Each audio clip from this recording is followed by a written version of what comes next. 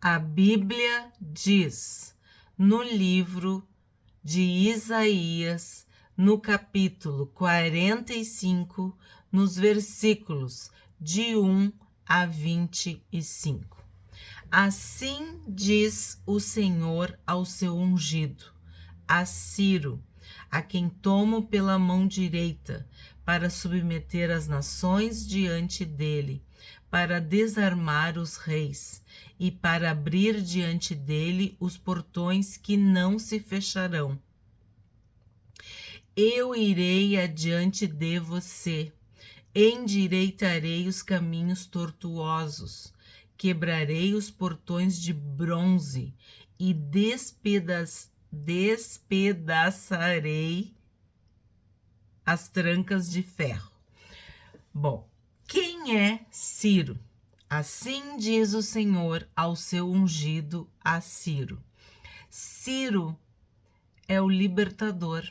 Ele é o rei persa que derrotou, que conquistou, que acabou, que riscou do mapa o Império Babilônico.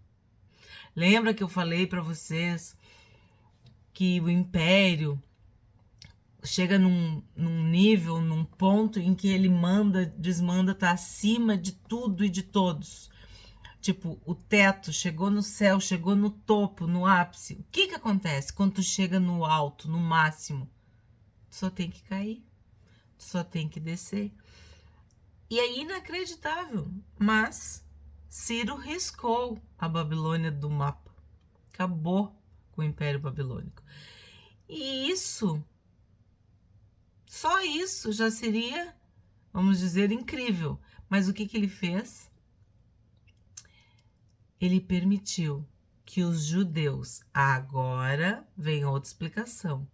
A partir desse momento histórico, o povo de Deus passa a ser chamado e conhecido como judeus.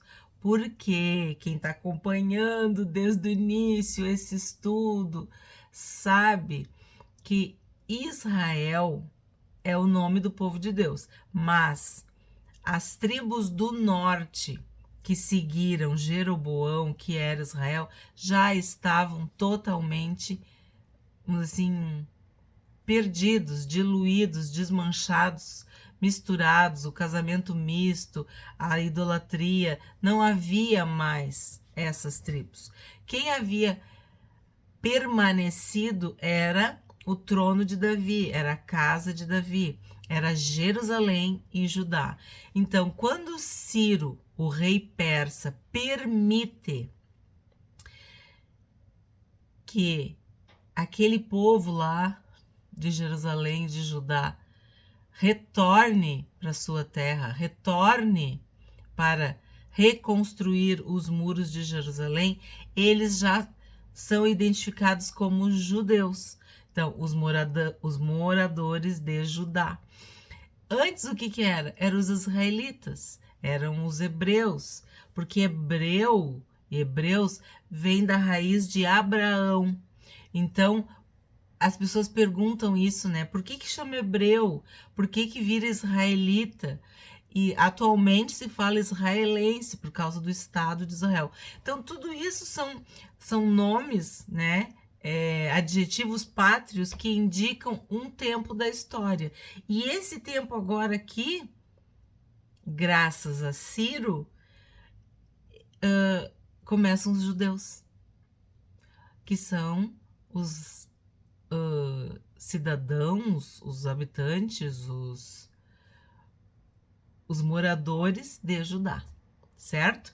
E aí, falando do contexto histórico, explicando quem foi Ciro, também temos que falar da reconstrução do templo, da cultura, tudo isso.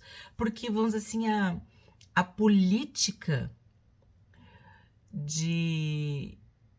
da Pérsia, do rei Ciro, não era essa de destruir, de subjugar, de escravizar, de fazer tudo isso. Eles acreditavam que as nações, as colônias, os países conquistados, eles eram mais, vamos dizer assim, fiéis, eles se tornavam davam menos problemas se eles tivessem a religião deles, a cultura deles, a terra deles, a família deles. Era uma outra política, vamos dizer assim, de domínio, de invasão, de poder, de autoridade sobre as nações às quais eles venciam. Já era uma forma, vamos dizer, diferente, diferenciada de subjugar. Então, o Império Persa, totalmente diferente do Império Babilônico. Ou dos outros que a gente estudou, né? De tudo que a gente já viu da Assíria, até do próprio Egito. Aqui a gente está vendo que Deus levantou Ciro para, entre aspas, inaugurar uma nova forma de domínio, vamos dizer assim, né? E aí, explicando o personagem histórico Ciro, a gente passa para essa palavra ungido, para esse título ou para esse adjetivo, para essa qualidade. Assim diz o Senhor ao seu ungido, a Ciro, a quem tomo pela mão direita para submeter as nações diante dele, para desarmar os reis e para abrir diante dele os portões, que não se fecharão. Quem é esse ungido? O que é ungido? Primeiro lugar, a gente tem que pensar assim, ó, que essa já é uma palavra utilizada por nós, né?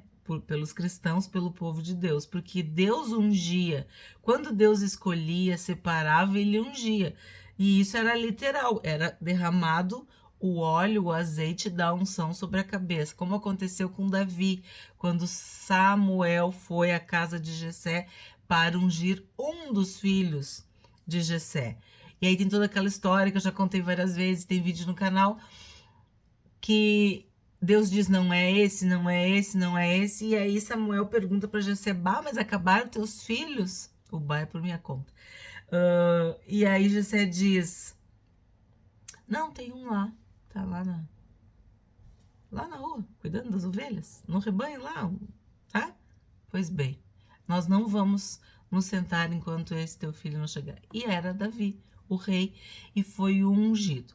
O Senhor Jesus, um dos títulos, né, do Senhor Jesus é o Messias, que é o ungido de Deus, que é Cristo. Messias em hebraico, Cristo em grego. Então, quer dizer ungido, escolhido. Eu vou botar todos os significados, os sinônimos dessa palavra, para vocês entenderem quem foi Ciro na história de Israel. Então, o significado do nome Ciro é sol, senhor ou alguém com autoridade. Então, só pelo nome Ciro já indica que ele era muito poderoso. Mas aí, esse adjetivo ungido ao lado da palavra Ciro, do nome Ciro, né? O que quer dizer? Que ele foi chamado por Deus, usado, foi um instrumento, uma ferramenta. Ele foi escolhido, olha isso, eleito, indicado por Deus para vencer, para ser vitorioso, para coroar de bênçãos, de riquezas e de libertação, porque ele fez exatamente isso. Ele foi vencendo, vencendo, vencendo, e à medida que ele vencia os inimigos de Judá, ele abençoava, ele prosperava, ele era benevolente, misericordioso com os judeus.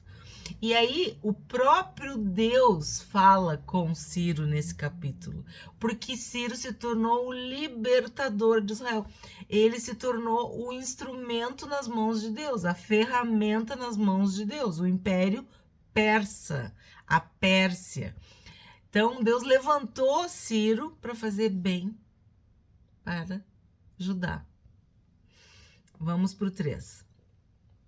Darei a você os tesouros escondidos e as riquezas encobertas, para que você saiba que eu sou o Senhor, o Deus de Israel, que o chama pelo seu nome.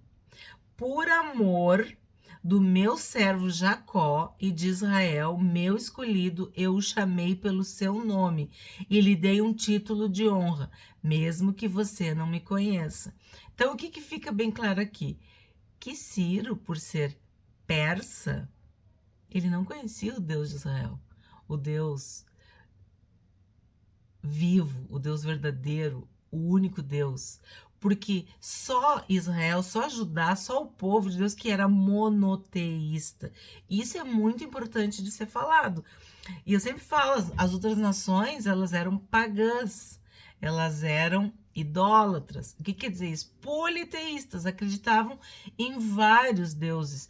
E nós sabemos que são falsos deuses, ídolos, divindades, entidades, principados, potestades, do ponto de vista bíblico, porque o próprio Deus diz que sim. Então, Ciro não conhecia Deus. Olha o que a Bíblia diz. Mesmo que você não me conheça, eu vou te dar um título de honra. Por isso que eu disse que ele foi usado como uma ferramenta, como um instrumento.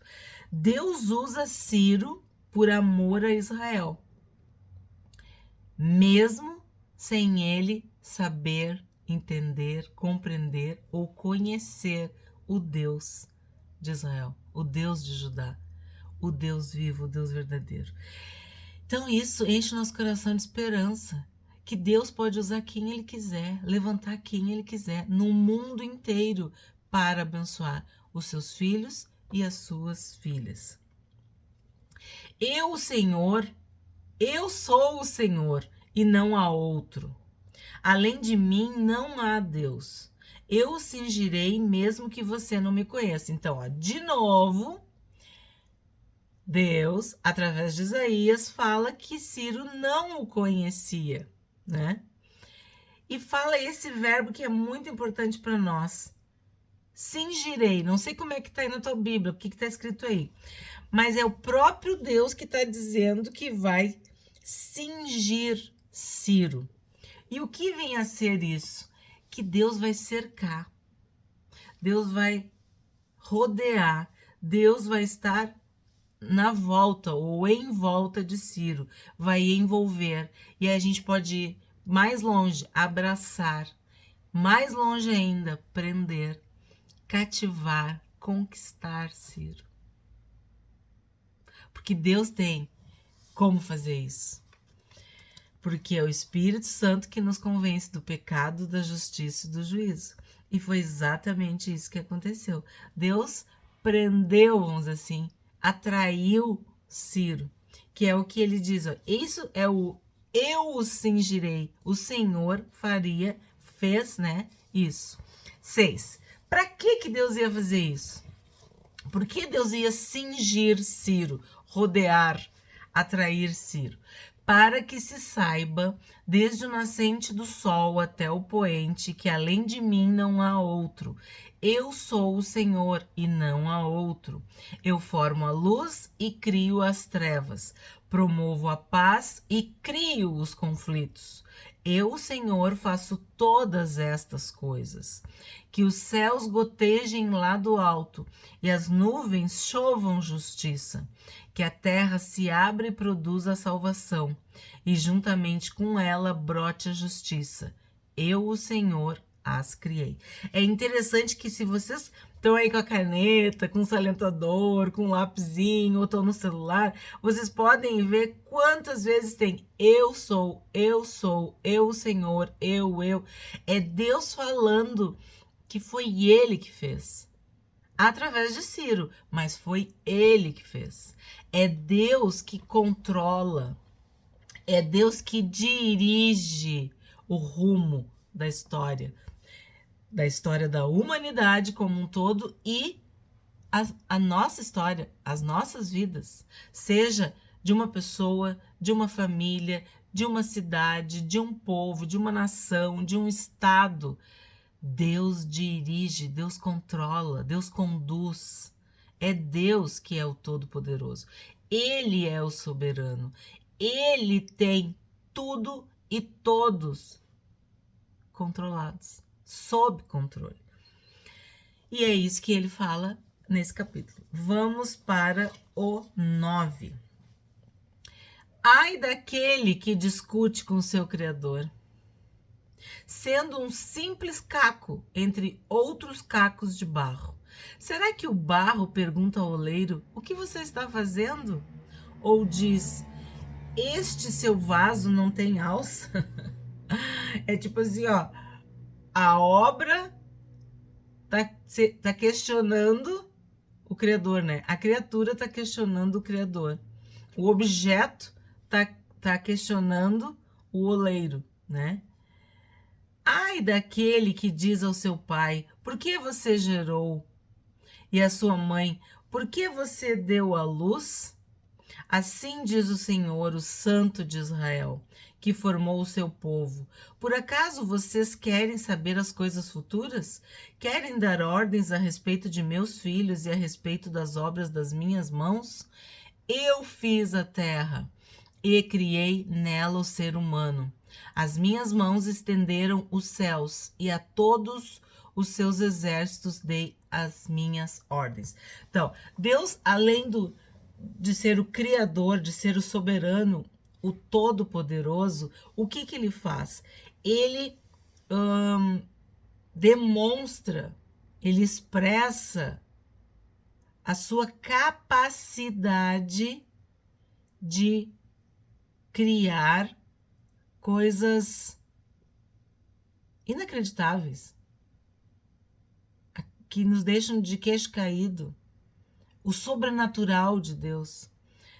Além de Deus criar o natural, vamos dizer assim, ele faz o sobrenatural.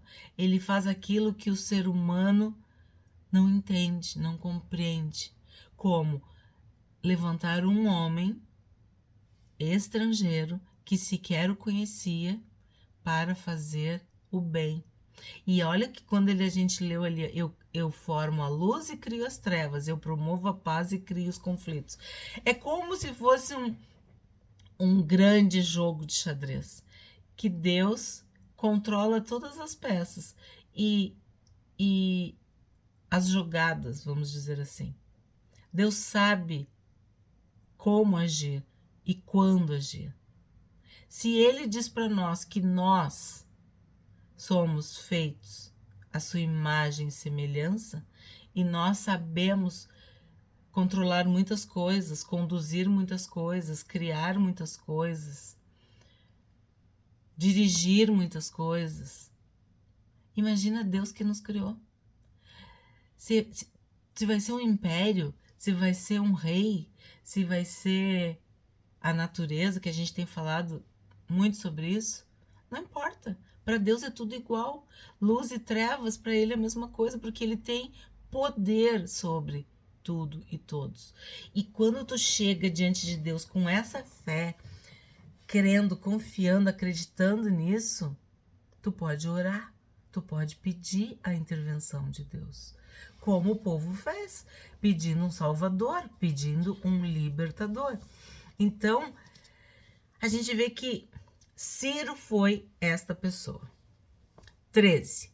Eu, na minha justiça, suscitei Ciro e endireitarei todos os seus caminhos. Ele reconstruirá a minha cidade, Jerusalém, a cidade do grande rei, e libertará os meus exilados. E foi exatamente isso que ele fez. Não por preço nem por presentes, diz o Senhor dos Exércitos. Não teve barganha, não teve negociação, não teve nada. Simplesmente Deus disse e Ciro obedeceu. A gente viu em Provérbios que para Deus controlar o coração, a mente do rei, é a mesma coisa que controlar um rio, o curso do rio, o leito do rio. Então, de novo, a gente está estudando sobre isso nesses livros proféticos. Deus manda juízo através dos inimigos e da natureza. Então, Deus levantava um para destruir outro, um para salvar outro. Eu tô falando de nações, de povos, né? E aqui foi exatamente isso que aconteceu. Deus levantou Ciro na sua justiça. Para quê?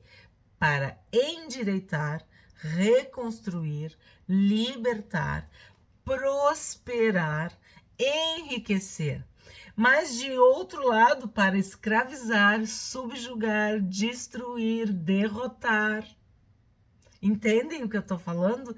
Então, por isso que Deus fala que para ele luz e trevas é a mesma coisa, porque ele tem o poder, ele controla, ele sabe como agir, porque ele é todo poderoso. E é interessante que as pessoas não aceitam essa soberania de Deus. Elas querem, como cacos, como um caco entre outros cacos, dar opinião. O primeiro vídeo do canal, meu primeiro vídeo, que foi feito em 2020, em plena pandemia, mas por questões particulares, só foi postado em 2023. O assunto é esse. Quem somos nós, formiguinhas, para contender, para questionar o Criador? Quem somos nós? Uma mente finita, querer entender a mente infinita, imortal, eterna de Deus. Então, aí que vem a soberba, o orgulho do ser humano. Nós temos que nos humilhar e nos submetermos à vontade de Deus e sabermos que sim, até o ímpio para o dia da calamidade é Deus que levanta. 14. Assim diz o Senhor: a riqueza do Egito, as mercadorias da Etiópia e os sabeus, homens de grande estatura, lhes serão entregues e serão seus. Eles os seguirão presos com correntes e se prostrarão diante de você e lhe farão as suas súplicas, dizendo: certamente Deus está com você e não há outro que seja Deus. Então, o que está falando aqui? Que os inimigos, que as nações vizinhas, que todos aqueles que estavam erguidos, agora estão subjugados e tremem de medo de Ciro. Porque Ciro está sendo usado por Deus, ele é ungido de Deus. E Deus está cumprindo toda a sua vontade através de Ciro. 15. Verdadeiramente tu és um Deus que se esconde, ó Deus de Israel, ó Salvador. Aqui tem uma questão de que tu não vai entender, tu não vai compreender. Nós não somos chamados para entender, para compreender, mas para ter fé, para confiar, para acreditar, para amar a Deus acima de todas as coisas, com todas as nossas forças, com todo o nosso entendimento. Então, o entendimento vem quando o amor vem. Amar a Deus acima de todas as coisas. O primeiro passo é amar. E quando a gente ama, a gente confia, a gente crê, a gente se entrega, a gente se rende. Então, Deus é misterioso. Deus é um tesouro que a gente precisa cavar e cava e passa a vida cavando para tentar saber quem é e o que ele está fazendo. E eu digo para vocês que eu digo, Espírito Santo, o que tu está fazendo? Me fala, porque a gente não entende, a nossa mente é limitada. Se o Espírito Santo de Deus não nos revelar, ó profundidade das riquezas e da sabedoria, se não for Deus se revelar, se expressar, se manifestar, nós não vamos conseguir. Então, assim, ó, certamente Deus está com você e não há outro que seja Deus, não tem outro. Nós já vimos isso aqui também, não tem outro Deus. É Deus, o Deus único, eterno, imortal. E é um Deus que se esconde, mas também é um Deus que ama, que salva, que cura, que perdoa, que tem misericórdia. Jesus falava por parábolas para que as pessoas ouvissem e não entendessem. Por quê? Porque não é pela tua inteligência, é pela tua obediência, é pelo teu amor.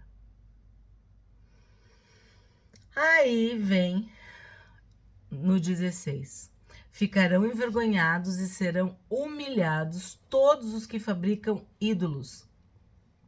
Juntos ficarão cobertos de vergonha. O que veio aqui de novo? A idolatria, que é um dos maiores problemas. Então, como consequência da idolatria, vem a vergonha, a humilhação, a culpa, né? Porque a idolatria é um pecado, e é um pecado abominável diante de Deus. Vamos ver agora o 17. Israel, porém, será salvo pelo Senhor com salvação eterna. Vocês não serão envergonhados nem humilhados por toda a eternidade. Então, o que eu falei para vocês? Deus, ele é justo, ele é santo e ele traz juízo, mas ele salva, ele perdoa. E a salvação que vem de Deus é eterna. 18. Porque assim diz o Senhor que criou os céus, e ele é o único Deus que formou a terra e a fez. Ele a estabeleceu. Ele não a criou para ser um caos, mas para ser habitada. Eu sou o Senhor e não há outro. Não falei em segredo nem em algum lugar escuro da terra. Eu não disse à descendência de Jacó, busquem-me em vão. Eu, Senhor, falo a verdade e proclamo o que é direito. O que a gente vê aqui? Que Deus é o único Deus. Essa é uma mensagem muito poderosa deste capítulo. Deus é o único Deus. Deus é o verdadeiro Deus. Deus é o Deus vivo. Então, ele é o Criador, porque ele repete aqui também que ele criou os céus e criou a terra. Então, de novo, se as pessoas duvidam que Deus é o Criador, é porque elas não creem no que a Bíblia diz, porque elas não leem a Bíblia, porque a própria Bíblia diz: o Criador dos céus e da terra é Deus. 20. Agora eu vou ler esse trecho aqui. Reúnam-se e venham, aproximem-se todos juntos, vós que escaparam das nações. Não sabem nada os que carregam as suas imagens de madeira e fazem súplicas a um Deus que não pode salvar. Declarem e apresentem as suas razões, que tomem conselho uns com os outros. Quem fez ouvir isto desde a antiguidade? Quem desde aquele tempo o anunciou? Será que não fui eu, o Senhor? Pois não há outro Deus além de mim, Deus justo e salvador. Não há nenhum, não há ninguém além de mim. Então, Deus está dizendo, eu sou o único Deus e eu sou o verdadeiro Deus. O resto, os outros, são falsos deuses.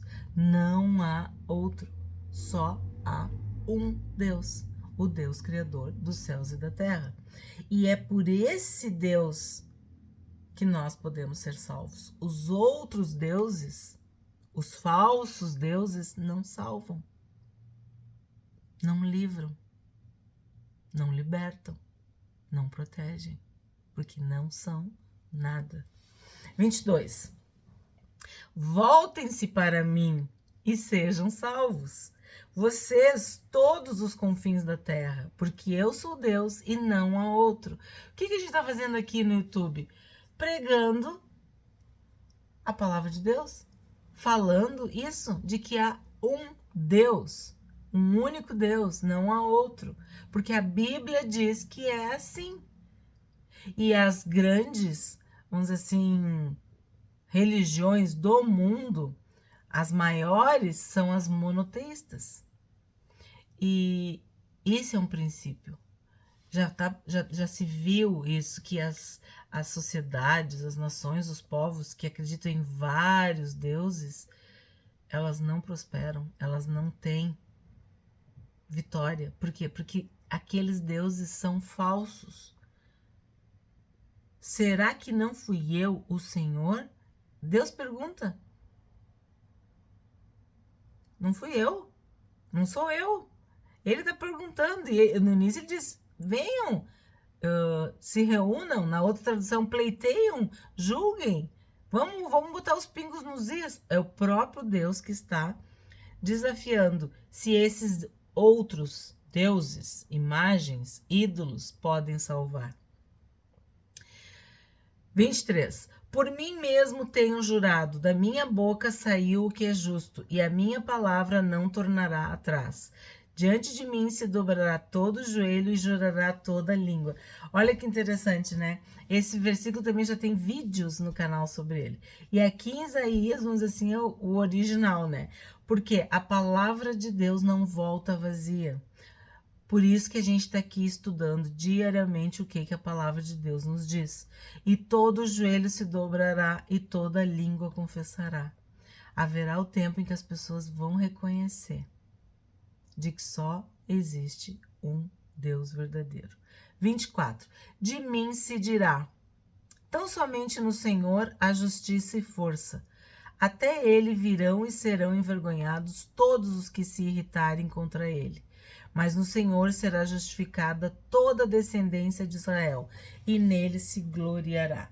Se a gente acredita que a palavra de Deus é viva e verdadeira, e que todo joelho se dobrará e que toda língua confessará, significa que todos virão e todos serão iluminados, todos receberão essa boa nova, essa mensagem do Evangelho. É para isso que a gente vive, para isso que a gente trabalha, para que as pessoas sejam iluminadas. E aqui vem uma palavra importantíssima: justificadas. O que é justificadas?